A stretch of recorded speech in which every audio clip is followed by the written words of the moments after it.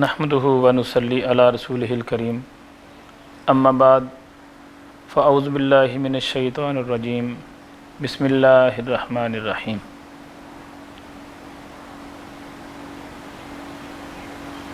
کل نفس ذائقۃ الموت صدق اللہ مولانا العظیم وصدق رسولہ النبی الکریم ونحن علی ذلک من الشاہدین والشاکرین والحمد للہ رب العالمین۔ قرآن پاک کی میں نے ایک آیت تلاوت کی ہے کہ موت کا مزہ ہر جاندار نے چکھنا ہے، موت کا پیالہ ہر جاندار نے پینا ہے۔ موت ایک ایسی چیز ہے جس پر کوئی اختلاف نہیں ہے۔ دنیا میں بے شمار مذہب ہیں، ان گنت مسلک ہیں، ہر کسی کا ایک دوسرے سے اختلاف ہے، لیکن موت پر اختلاف نہیں ہے۔ اصل جو بات ہے کہ جب کوئی بندہ مر جاتا ہے، مرنے کے بعد ہم اس کو کندھوں پر اٹھا کے قبرستان میں دفناتے ہیں، اور ہر کوئی یہی سوچ رہا ہوتا ہے شاید اسی نے ہی مرنا تھا، بس اسی نے ہی مرنا تھا، بس خیال یہی ہوتا ہے اسی نے ہی مرنا تھا۔ چند لوگ جو صاحب ایمان ہوتے ہیں نا، وہ ضرور سوچتے ہیں کہ یار میری باری بھی آ جائے گی۔ حالانکہ ایک باری لگی ہوئی ہے، ہمارے بڑے ہمارے سے پہلے وہ چلے گئے، ان کے بعد میں آنے والے چلے گئے، ان کے بعد میں آنے والے چلے گئے، ان کے بعد میں آنے والے چلے گئے۔ جب سے یہ دنیا کی تخلیق ہوئی ہے، لوگ جا رہے ہیں، آ رہے ہیں، جا رہے ہیں، آ رہے ہیں، ادھر سے پیدائش ہو رہی ہے، لوگ پیدا ہو رہے ہیں، ادھر سے لوگ جاتے چلے جا رہے ہیں، اور اس میں کوئی شک نہیں ہے موت میں۔ لیکن ایک افسوس والی بات ہے، دکھ والی بات ہے، بحیثیت مسلمانوں کی بات ہو رہی ہے نا، مسلمان ہیں، مسلمانوں کی بات کریں گے ہم، کہ مسلمان ہونے کی حیثیت سے ہمیں اس بات کا علم ہے کہ ہم نے چلا جانا ہے، اور جانے کے بعد ہم نے اپنا حساب بھی دینا ہے کہ دنیا میں تم کیا کرتے رہے ہو۔ کیا تم نے نمازوں کو ادا کیا؟ کیا تم نے قرآن پاک کو پڑھا؟ کیا حقوق و لباد کا خیال کیا؟ دوسروں کے حقوق کا خیال کیا؟ اپنے ماں باپ کے حقوق ہیں، اپنے بہن بھائیوں کے حقوق ہیں، اپنے دوستوں کے حقوق ہیں، کاروبار کے حقوق ہیں، جہاں پر نوکری کرتے ہیں ان کے حقوق ہیں، یعنی جہاں جہاں آپ کا نظام زندگی ہے وہاں پر حقوق ہیں۔ اب دیکھنا یہ ہے کہ ہم نے حقوق و لباد کا خیال کیا؟ اپنے ہی گھر کے اندر، اپنے خاندان کے اندر، اپنے رشتہ داروں کے اندر، اپنے عزیز و اقربا کے اندر ہم نے حقوق کا خیال کیا؟ اپنی ہی زندگی کے اندر جن باتوں کا ہم نے حساب دینا ہے، کن کن باتوں کا؟ 1 2 3 4 5 6 8 10 باتیں نہیں، ہر بات کا حساب دینا ہے۔ ایسا نہیں ہے کہ بس کاروبار کا حساب دینا ہے، باقی کوئی مسئلہ نہیں ہے۔ ایسا نہیں ہے کہ رشتہ داروں کا حساب دینا ہے، باقی کوئی بات نہیں ہے۔ بیوی بچوں کا حساب دینا ہے، باقی کوئی مسئلہ نہیں ہے۔ ایسا نہیں ہے بالکل بھی، ہر بات کا، حتیٰ کہ کھانے پینے کا بھی حساب دینا ہے، پہننے اوڑھنے کا بھی حساب دینا ہے، گفتگو جو کر رہے ہو الفاظ کی ادائیگی کا بھی حساب دینا ہے، کس کے ساتھ سخت کلامی کی، کس کے ساتھ برے طریقے سے پیش آئے، کس کے ساتھ اچھے طریقے، ہر چیز کا حساب ہونا ہے نا۔ یہاں میں آپ سے گزارش کرنا چاہوں گا، ایک دن دنیا سے جانا ہے، اللہ تعالیٰ آپ سب کو لمبی زندگی، صحت اور ایمان دے، لیکن ایک دن دنیا کو چھوڑنا ہے۔ تمام تر لوگوں سے میں گزارش کرنا چاہ رہا ہوں، ایک دن دنیا سے جانا ہے، کوئی شک نہیں ہے۔ ہمارے سے زیادہ خوبصورت، ہمارے سے زیادہ پیسے والے، ہمارے سے زیادہ عزت والے، ہمارے سے زیادہ صحت مند، ہمارے سے زیادہ تعلقات والے دنیا میں رہے ہی نہیں۔ کیوں بھلا؟ اللہ کا ایک قانون ہے، چاہے بادشاہ ہو، چاہے فقیر ہو، چاہے غریب ہو، چاہے امیر ہو، جو بھی پیدا ہوا ہے اس نے جانا ہے، چاہے وہ جانور ہے، چرند ہے، پرند ہے، جو بھی جاندار ہے، ایک دن اس نے موت کا پیالہ پینا ہے۔ آپ نے دیکھا ہوگا بے شمار جگہ پر جوان بچے چلے جاتے ہیں، بوڑھے ماں باپ بچ جاتے ہیں، ان گنت جگہ پر بچے بچ جاتے ہیں اور ماں باپ چلے جاتے ہیں۔ کہیں پر بچہ پیدا ہونے سے پہلے دنیا سے چلا گیا، ابھی ماں کے پیٹ میں تھا تو اس کا انتقال ہو گیا، کہیں پر پیدا ہوتے ہی انتقال ہو گیا، کہیں پر وہ بھی بچپن سے نکل رہا تھا اس کا انتقال ہو گیا، کہیں پر جوانی میں پاؤں رکھا تھا تو موت آ گئی، کہیں بھرپور جوانی میں تھا تو موت آ گئی، کہیں جوانی گزر گئی تھی تو پھر موت آ گئی، کہیں بڑھاپے میں آ کے موت آ گئی۔ بہت مرتبہ دیکھنے میں آتا ہے بوڑھے ماں باپ بیٹھے رہتے ہیں اور جوان بچے چلے جاتے ہیں۔ اور کئی مرتبہ دیکھنے میں آتا ہے کہ معصوم بچہ بچ جاتا ہے اور ماں باپ دنیا سے چلے جاتے ہیں بہت ساری جگہوں پر. ایک دفعہ مجھے اچھی طرح یاد ہے, میں بیرون ملک میں تھا تو راستے میں ایک ایکسیڈنٹ دیکھا میں نے. وہ کچھ موتیں ایسی ہوتی ہیں جو بھولتی نہیں ہیں. میں پاکستان میں نہیں تھا, بیرون ملک میں تھا, تو راستے میں سفر کر رہے تھے ہم, تو ایک جگہ پر دیکھا تو 2 گاڑیوں کا ایکسیڈنٹ ہوا تھا. صرف ایک معصوم بچی جس کی عمر تقریباً میرا خیال ہے 12 سال ہوگی, میرا اندازہ ہے, چھوٹی بچی 12 سال کی ہوگی, اندازہ 10 سال یا 12 سال کی بچی ہوگی. 2 گاڑیوں کا ایکسیڈنٹ ہوا. دونوں گاڑیوں میں جتنے لوگ تھے سب کا انتقال ہو گیا. ایکسیڈنٹ میں سب ایکسپائر ہو گئے. صبح کا ٹائم تھا, جب سورج نکل رہا ہوتا ہے اس وقت کا ٹائم تھا. تو ہم نے گاڑی وہاں پر جا کر روکی تو اکیلی بچی, دونوں گاڑیوں کی ڈیڈ باڈیاں گاڑیوں کے اندر پڑی ہوئی ہیں, کچھ باہر گری ہوئی تھی. تو کم و بیش میں کچھ 6-7 لوگ تھے دونوں گاڑیوں میں جن کا انتقال ہوا. ایک بچی جو تھی جس کی عمر 10 سال ہوگی, اندازہ ہے میرا, اندازہ ہے یہ ہو سکتا ہے کم و بیش 1-8 سال اوپر نیچے, اندازہ ہے, قد بھی چھوٹا تھا اس کا. تو وہ بچی اکیلی بیٹھی اور رو رہی تھی. اچھا رو کس انداز میں رہی تھی, آنسو نہیں آ رہے تھے اس کے. کبھی اس ڈیڈ باڈی کو دیکھتی تھی, کبھی اس کو دیکھتی تھی, کبھی اس کو دیکھتی تھی, کبھی اس کو. اسے پوچھا, اسے پوچھنے پر بتا ہی نہیں رہی تھی, کچھ بھی نہیں بتا رہی تھی. میرے ساتھ دوست ہے تو ہم نے پوچھا اس کو, خاموش, بالکل خاموش تھی. کیا بتاتی وہ؟ سوال یہ پیدا ہوتا ہے کیا بتاتی وہ. کافی اس کو شفقت سے اچھے طریقے سے پیش آنے کے بعد پتہ چلا کہ وہ انڈیا کے رہنے والے لوگ ہیں, اس کا انتقال ہوا ہے. بچے جو تھے, جو گھر والے تھے, سب کا بیچارے کے ایکسیڈنٹ میں انتقال ہوا. مسلمان تھی وہ. تو کافی دیر اس کو پیار کرنے کے بعد احساس دلانے, ہمارے ساتھ ایک بزرگ تھے, وہ آگے ہوئے, سمجھایا ان کو, کافی عمر کے تھے وہ. تو ان کو بیٹی سے پوچھا تو اب وہ کہہ رہی تھے کہ میرے پاپا ہیں, اور اپنی ماں کا ہاتھ اس نے ایسے ہاتھ میں ایسے ہاتھ ڈالا ہوا تھا اور کہہ رہی تھی بس میری ماما بچ گئی ہے, باقی کوئی نہیں بچا. حالانکہ وہ بیچاری ایکسپائر ہو چکی تھی. میری بات سنانے کا مقصد فقط یہ ہے کہ موت ہر رنگ میں دیکھی گئی ہے. نہیں دیکھتی یہ بڑے بڑے خوبصورت بڑے بڑے نوجوان, 1 بچ جائے گا, 2 بچ جائیں گے, 10 بچ جائیں گے, کوئی نہیں بچے گا ان کا. موت کو اس سے کوئی غرض نہیں ہے. میں آپ سے سوال کرنا چاہتا ہوں, اس میں شک تو نہیں ہے نا مرنے میں؟ تو پھر ہم نے مرنے کی تیاری کیا کی ہے؟ ہم نے حساب دینا ہے میرے بھائیوں, پردے میں سننے والی بہنوں اور بیٹیوں, ہم نے حساب دینا ہے, اپنا حساب دینا ہے. اس چیز کا حساب دینا ہے کہ تم مرے ہو, زندہ رہے تھے تو کیا کیا.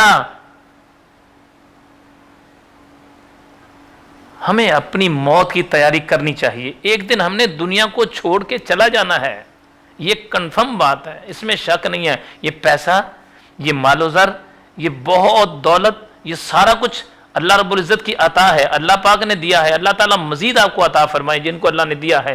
جن کو نہیں دیا پروردگار اپنی رحمت کا صدقہ ان کو بھی عطا فرمائے. لیکن ایک دن دنیا کو چھوڑنا ہے, یہ یقیناً دنیا کو چھوڑنا ہے. بہت ساری باتیں ہیں, جب کرتے ہیں تو پھر خیالات اور دور تک نکل جاتے ہیں کہ یہ کیا بات ہے. ایک دفعہ یہاں جنازہ پڑھانے کے لیے گئے تو چھوٹا بچہ تھا 10-11 سال کا, تو اس کے باپ کا جب جنازہ اٹھایا, اب جہاں 11 سال کے بچے کا جنازہ, اس کے باپ کا جنازہ اٹھایا ہوگا تو یقیناً بچے کے جذبات کیا ہوں گے. تو دکھیے دا درد دکھیا جانے, سکھیے نو کی خبراں. تو اب وہ بچہ اپنے باپ کے قدموں سے لپٹ گیا اور کیا رہا ہے, اس کے الفاظ سنیں, پاپا مجھے کس کے حوالے کر کے جا رہے ہیں آپ, کس کے حوالے کر کے جا رہے ہیں, مجھے کیوں چھوڑ کے جا رہے ہیں آپ, مجھے کیوں چھوڑ کے جا رہے ہیں آپ, کس کے حوالے, میں نے نہیں آپ کو جانے دینا. یقیناً جن کے گھروں کے اندر ایک لاشا رکھا ہوتا ہے, وہ ہر لازم بات ہے اس کی بیوی بھی اپنے الفاظ میں یہی کہہ رہی ہوگی کہ مجھے کس کے حوالے کر کے جا رہے ہو.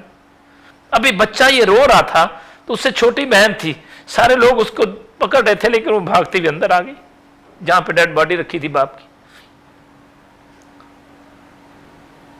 اور زندگی میں بہت سارے سین دیکھے ہیں, لیکن ایسے کم سین دیکھنے میں آتے ہیں. ایک پاؤں کو باپ کے پاؤں کو بیٹے نے پکڑا تھا, دوسرے پاؤں کو بیٹی نے پکڑ لیا.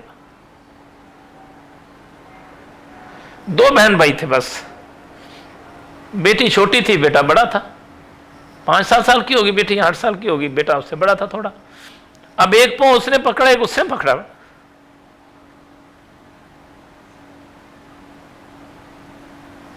دونوں کے ایک الفاظ, پاپا کس کے حوالے کر کے جا رہے ہیں,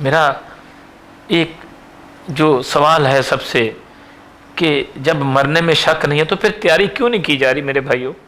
پردے میں سننے والی بہنوں اور بیٹھے کیوں ہم بھولے بیٹھے ہوئے ہیں؟ کیوں بھولے بیٹھے ہوئے ہیں ہم لوگ؟ کتنی بری بات ہے کہ ہمیں پتہ ہے اس بات کا کہ ہم نے مرنے کے بعد حساب دینا ہے، جانا ہے، دنیا کو چھوڑنا ہے آخر۔ کبھی کبھی تنہائی میں جب ہوتا ہوں تو احساس ہوتا ہے کہ پروردگار یہاں تو پھر ابھی کوئی آ جائے گا، وہاں تو کسی کے آنے کی امید نہیں ہے نا، وہاں تو بس وہی ہے جو عمل اچھے ہوں گے۔ میں اکثر اپنے بیانات میں ایک بات کرتا ہوتا ہوں، اتنے عملاتے ہونے نے نبیڑے، کسے نہیں تیری ذات پوچھنی، اتنے عملاتے ہونے نے نبیڑے۔ سوچیں ذرا تھوڑی دیر کے لیے، چاہے کوئی کینیڈا میں رہتا ہے، کوئی لندن میں رہتا ہے، کوئی امریکہ میں رہتا ہے، کوئی آسٹریلیا میں رہتا ہے، کوئی یورپین کنٹری میں رہتا ہے، کوئی سعودی عرب میں رہتا ہے، کوئی عرب کنٹری میں رہتا ہے، دنیا کے کسی بھی کونے میں رہنے والے مسلمان، میں سوال کرتا ہوں کیا ہم نے مرنا نہیں ہے؟ کیا دنیا سے ہم نے جانا نہیں ہے؟ کیا ہم نے دنیا کو چھوڑنا نہیں ہے؟ چھوڑنا ہے میرے بھائیوں، پردے میں سننے والی بہنوں اور بیٹیوں، چھوڑنا ہے، پتہ بھی نہیں کب چھوڑنا ہے، کوئی خبر نہیں ہے کب چھوڑنا ہے دنیا کو۔ تو پھر ہم کیا کریں گے جب ہمیں پتہ ہے کہ ہم نے دنیا کو چھوڑنا ہے؟ تو پھر ہم کیا کریں گے؟ سوچنے والی بات ہے، کیا کریں گے؟ ہمارے تو پلے کچھ نہیں ہوگا۔ آئیں تھوڑی دیر کے لیے سوچو، موت برحق ہے، کوئی شک نہیں ہے موت پر۔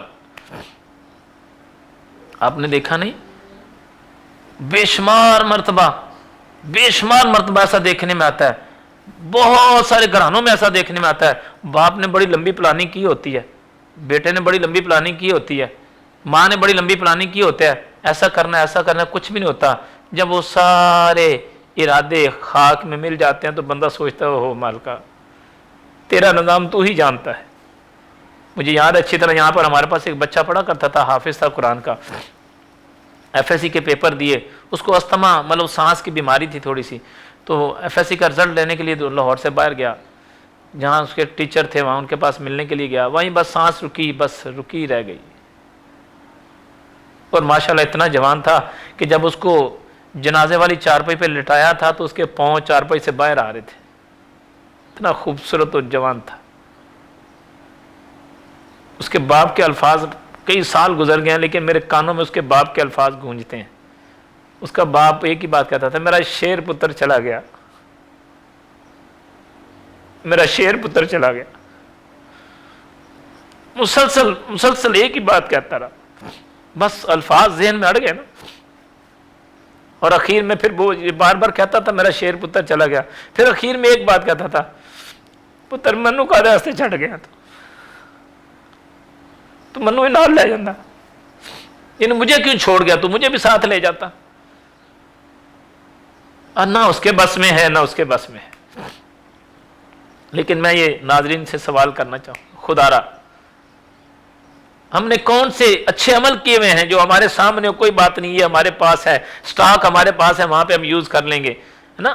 پتہ ہوتا ہے نا بندے کو، کاروباری ایک معاملہ ہے کہ کوئی بات نہیں، سٹاک ہے وہاں سے نکال کے ہم اس کو استعمال کر لیں گے، کوئی بات نہیں ہے۔ گھر میں پیسے پڑے ہوئے اوکھے سوکھے والے کام واسطے، ہے نا؟ مشکل وقت کے لیے پیسے رکھیں سنبھال کے، وہ کام آ جائیں گے۔ چلو یہ پیسے کس لیے رکھیں جی؟ مشکل وقت کے لیے رکھیں، چلو کام آ جائیں گے۔ کمیٹی ڈالی تھی، چلو مشکل وقت میں کام آ جائے گی۔ پیسے رکھے تھے سنبھال کے، مشکل وقت میں کام آ جائیں گے۔ میں کہہ رہا ہوں موت سے زیادہ مشکل وقت کیا ہے؟ کیا کام آئے گا ہمارے؟ کیا ہم نے کیا ہے؟ کوئی نیکی کا کام کیا ہم نے؟ کوئی نیکی پھیلائی ہم نے؟ پیسہ جمع کیا، بس پیسہ جمع کیا۔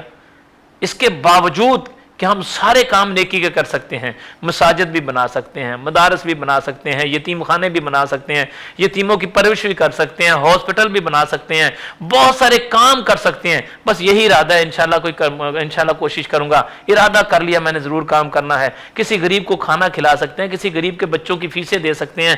اپنے خاندان میں بے شمار ان گنت ایسے لوگ ہیں جن کے خاندان کے بہت سارے لوگ غریب ہیں، خیال ہی نہیں ہے، دھیان ہی نہیں ہے، بس ارادہ کیا ہے کہ میں نے کام کرنا ہے۔ کب کرنا ہے؟ زندگی گزر گئی، 20 سال 30 سال 40 سال 50 سال گزر گئی، ارادے میں ہی گزر گئی کہ میری نیت تو ہے نا کام کرنے کی۔ وہ میرے بھائیوں اور پردے میں سننے والی بہنوں اور بیٹیوں، یہ پتہ نہیں کب سانس جسم سے جدا ہو جائے،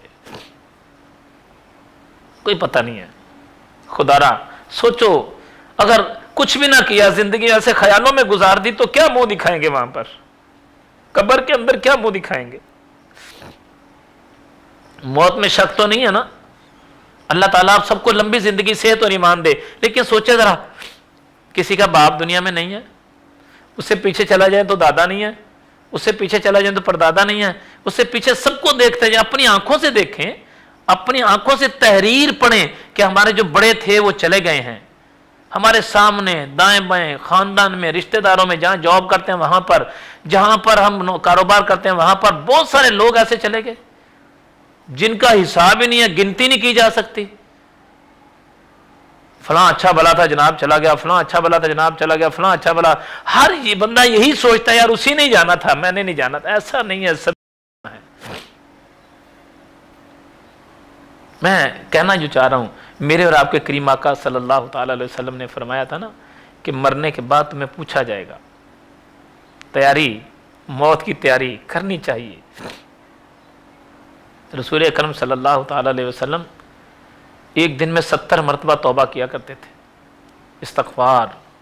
ایک جگہ پر آتا ہے ایک دن میں 100 مرتبہ، حالانکہ معصوم اور گناہوں سے پاک، وہ بھی اللہ کی بارگاہ میں استغفار کرتے تھے. معصوم، گناہوں سے پاک، وہ بھی اللہ کی بارگاہ میں استغفار کرتے تھے. اور آج ہم کیا کرتے ہیں؟ گناہوں کے بھی انبار لگے ہیں اور توبہ کی بھی توفیق نہیں ہو رہی ہے. آئے ہائے، برائیاں بھی بڑی ہیں لیکن توبہ کی بھی توفیق نہیں ہو رہی ہے. گناہ میں بڑے انبار لگے ہیں لیکن پھر بھی توبہ کی توفیق نہیں ہو رہی. ارادہ ہی نہیں، پتہ ہی نہیں ہے. خیال اپنی دنیا میں اتنے مگن ہیں، صبح گئے رات کو واپس آئے، پھر رات کو گئے صبح واپس آئے، بلکہ رات بھی بیٹھے رہے صبح بھی بیٹھے رہے. ساری زندگی ایسے گزر گئی یہی سوچ کر یار کوئی بات نہیں، یہ کر لیں، اب وہ کر لیں، اب ایک اور دوسرا گھر بنا لیں، تیسرا بنا لیں، کوئی یہ کر لیں، اس بچے کی شادی کر لیں، اس کی شادی کر لیں. بلا شک و شبہ گھر بنانا، شادیاں کرنا، کاروبار کرنا یہ جائز ہیں، یہ ان میں کوئی منع نہیں ہے. لیکن ان ساری باتوں کے ساتھ ساتھ میرے بھائیوں اور پردے میں سننے والی بہنوں اور بیٹیوں، ان ساری باتوں کے ساتھ ساتھ موت کی تیاری کرنا بھی ضروری ہے. بس ایک بات کہنا چاہوں گا، سوچو جا کے اس بارگاہ میں کیا منہ دکھاؤ گے اگر گندا نامہ اعمال ساتھ لے کے چلے گئے. اتنے گندے نامہ اعمال، اپنا نامہ اعمال کھولو، چیک کرو، گریبان میں جھانک کے دیکھو کہ اگر اتنا گندا نام، جو لوگ تو نیک ہیں نا وہ تو ہمارے سروں کے تاج، جو لوگ نیک ہیں. ہم تو کہتے ہیں یار جو لوگ نیک ہیں ان کے صدقے اللہ نے ہمیں معاف کرنا ہے. میرے جیسے بندوں کو میں تو یہ کہتا ہوں جو لوگ نیک ہیں اللہ تعالیٰ نے ان کے صدقے ہمیں معاف کرنا ہے. وہ تو چلو وہ تو کمائی کر گئے، پنجابی میں ایک لفظ استعمال کرتے ہیں پگ گئے ہیں، وہ تو کمائی کر گئے. سوال یہ پیدا ہوتا ہے ہم اگر اتنے گندے نامہ اعمال کو ساتھ لے کے جائیں گے تو کیا منہ دکھائیں گے اس بارگاہ میں جائیں؟ قبر کے اندر اس نامہ اعمال کے ساتھ کیا منہ دکھائیں گے؟ حشر میں کیا منہ دکھائیں گے؟ ہمارا تو عقیدہ ہے سنیوں کا، نبی پاک علیہ الصلوۃ والسلام ہماری شفاعت فرمائیں گے. تو نبی پاک علیہ الصلوۃ والسلام ہمارا گندا نامہ اعمال دیکھ کے کیا فرمائیں گے؟ بتائیں، ایمانداری سے فیصلہ کریں. پردے میں سننے والی بہنوں اور بیٹیوں سوچو ذرا. خصوصی طور پر میں نوجوانوں سے گزارش کروں گا، وہ دنیا کے کسی بھی خطے میں رہتے ہیں، دنیا کے کسی بھی خطے میں رہتے ہیں، دنیا کے کسی خطے میں رہتے ہیں، میں ان سے سوال کروں گا کیا منہ دکھائیں گے، کیا لے کے جائیں گے، کیا نیکیاں ہوں گی ہمارے پاس؟ آپ دیکھیں نا ہاسپٹلوں میں چلے جائیں، آئی سی یو وارڈ میں چلے جائیں، بڑے بڑے خوبصورت، بڑے بڑے پیسے والے، بڑے بڑے تعلقات والے، بڑے بڑے وسیع کاروبار کرنے والے، بے یار و مددگار، مشینوں کے ذریعے سانس لیا جا رہا ہے، بس آکسیجن لگی ہوئی ہے اور بس ان کا سانس چل رہا ہے. آپ کیا محسوس کرتے ہیں وہ ہماری طرح مصروف نہیں تھے؟ آپ کیا محسوس کرتے ہیں ہمارے سے زیادہ تعلقات ان کے نہیں تھے؟ ہمارے سے زیادہ پیسے والے وہاں نہیں تھے؟